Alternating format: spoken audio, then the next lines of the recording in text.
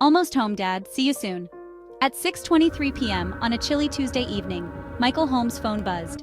It was a text from his daughter, Sarah. Almost home, Dad. See you soon. A simple message, a routine check-in. Michael smiled, anticipating their evening together. He was making her favorite pasta. Sarah loved Tuesdays. It was the one night a week she was home early from her part-time job. Little did Michael know, that ordinary text message would become a haunting relic. It would be the last message he ever received from his daughter. Sarah never made it home that night. The hours that followed were a blur of worry and frantic calls. As the minutes turned into hours, Michael's concern morphed into terror. He contacted Sarah's friends, her co-workers, anyone who might know her whereabouts. No one had seen her. Michael's mind raced with possibilities, each more dreadful than the last. He tried to stay calm, but the fear gnawed at him. He peered out the window, hoping to see her familiar figure walking up the driveway, but the street remained empty. The weight of the unknown pressed down on him, making it hard to breathe. He found himself scrolling through old photos of Sarah, each one a painful reminder of her absence. Desperation set in as he dialed the number for the local police. He explained the situation, his voice trembling. The officer assured him they would do everything they could. The waiting was unbearable. Every second felt like an eternity. Time seemed to slow down, each tick of the clock echoing in the silence. Finally, the phone rang. Michael's heart leapt as he answered, hoping for good news. But the news was not what he had hoped for. Sarah's car had been found abandoned on the side of the road. He rushed out of the house, his mind racing with questions. What had happened to his daughter? The drive to the location felt like a nightmare. The road stretched out endlessly before him. When he arrived, the scene was chaotic. Police lights flashed, casting eerie shadows. He spoke to the officers, trying to piece together what had happened. But there were no clear answers. Sarah's car was empty, her belongings still inside. It was as if she had vanished into thin air. Michael stood there, feeling lost and broken. The night had taken a turn he could never have imagined. He looked up at the sky, the stars twinkling above, and whispered, "Almost home, Sarah. Almost home." The search for Sarah had just begun, and Michael knew he wouldn't rest until she was found.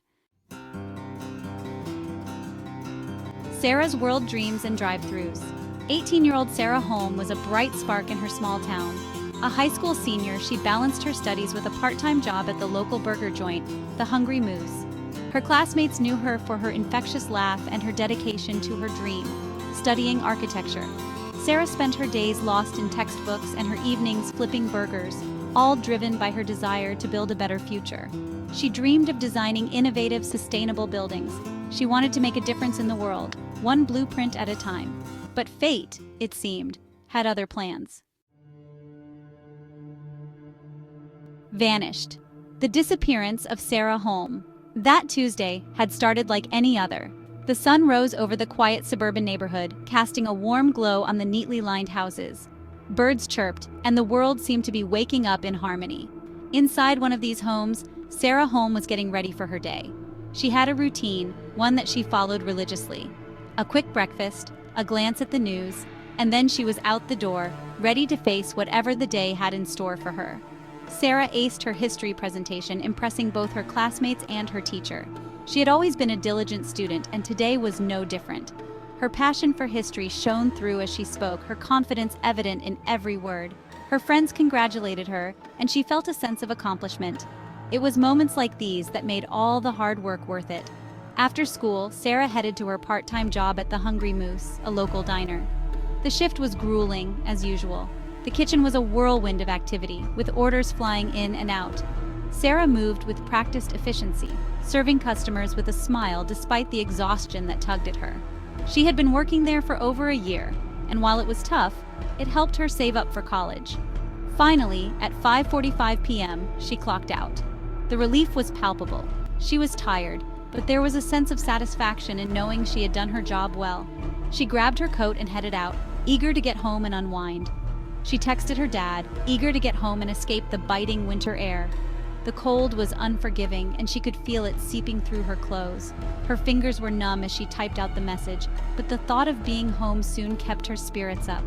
Her walk home was a familiar route, a well-lit path through the park, past the old library. The path was one she had taken countless times before, and it always felt safe. The streetlights cast a comforting glow, and the light snow cover added a touch of serenity to the scene. She often enjoyed these walks, using the time to clear her mind and reflect on her day. Then a left turn onto her street. The houses were familiar, each one holding memories of her childhood. She could almost see her home from here, the warm lights beckoning her. It was a route she had taken countless times before, and she knew it like the back of her hand. It was a route she had taken countless times before.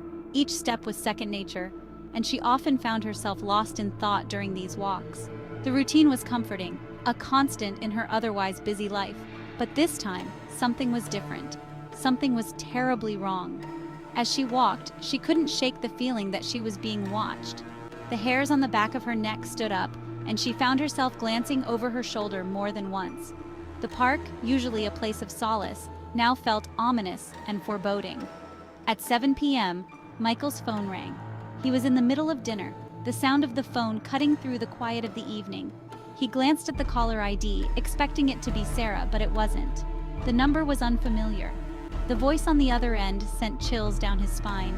It was a stranger, a man, and his words were chillingly calm. Michael's heart raced as he listened, his mind struggling to process what he was hearing.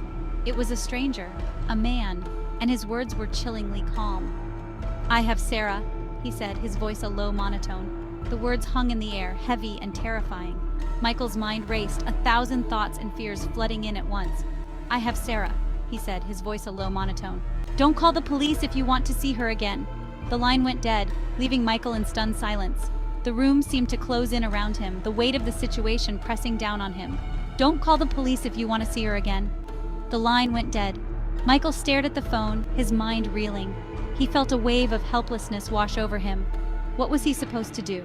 How could he save his daughter? The questions swirled in his mind, but there were no answers, only fear and uncertainty. Panic seized Michael, his blood ran cold.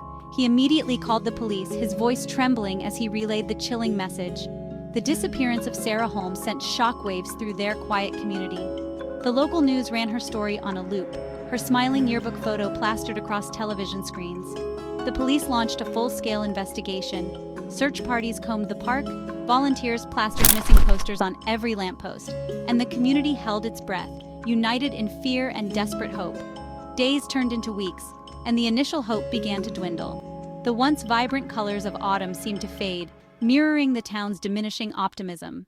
The air was thick with tension, and the whispers seemed to carry secrets that the wind itself was reluctant to reveal. The investigation was painstakingly slow. Each day felt like an eternity as the detectives combed through endless files and reports, hoping to find that one piece of information that would break the case wide open. The police followed every lead, no matter how insignificant it seemed. They knew that in a case like this, even the smallest detail could be the key to unlocking the mystery. They interviewed Sarah's friends, colleagues, and even regular customers at the Hungry Moose. Each conversation was a puzzle piece, slowly forming a picture of Sarah's life and the people in it. They scrutinized her social media, hoping for a digital breadcrumb trail. Every post, every comment, every like was analyzed for hidden meanings or clues. The first tangible clue emerged weeks later. It was a small breakthrough, but in a case that had seen so little progress, it felt monumental. A dog walker found Sarah's phone discarded in a dumpster behind the library. The discovery was both a relief and a new source of anxiety for the investigators. It was wiped clean, offering no digital footprints, but its discovery sent a collective shiver down the spines of the investigators. The phone, once a lifeline to Sarah's world, was now a silent witness to her fate. It was a grim reminder that their search was far from over. Then, a breakthrough. The tension in the room was palpable as the detectives gathered around the evidence board, piecing together the fragments of the case. A crumpled piece of paper, tucked away in Sarah's locker, revealed a name: Victor. It was a name that none of the investigators had come across before, a new thread to follow in the tangled web of the case. It was a name unfamiliar to Michael, a name that would soon come to haunt his every waking moment. The discovery of the name Victor opened up a new avenue of investigation, one that promised to bring them closer to the truth, but also deeper into the darkness that surrounded Sarah's disappearance. The detectives wasted no time. They began to dig into Victor's background, searching for any connection to Sarah. Every new piece of information was meticulously documented. Every lead followed with relentless determination. They spoke to people who knew Victor, trying to build a profile of this mysterious figure. Who was he? What was his relationship to Sarah? The questions were endless, and the answers were elusive. As they delved deeper, they uncovered a series of coincidences and connections that seemed too significant to ignore. Victor's name appeared in places they hadn't expected, linking him to events and people in Sarah's life in ways that were both surprising and unsettling. The investigation took on a new urgency. The detectives knew they were on the brink of something big, but they also knew that the closer they got to the truth, the more dangerous their quest would become.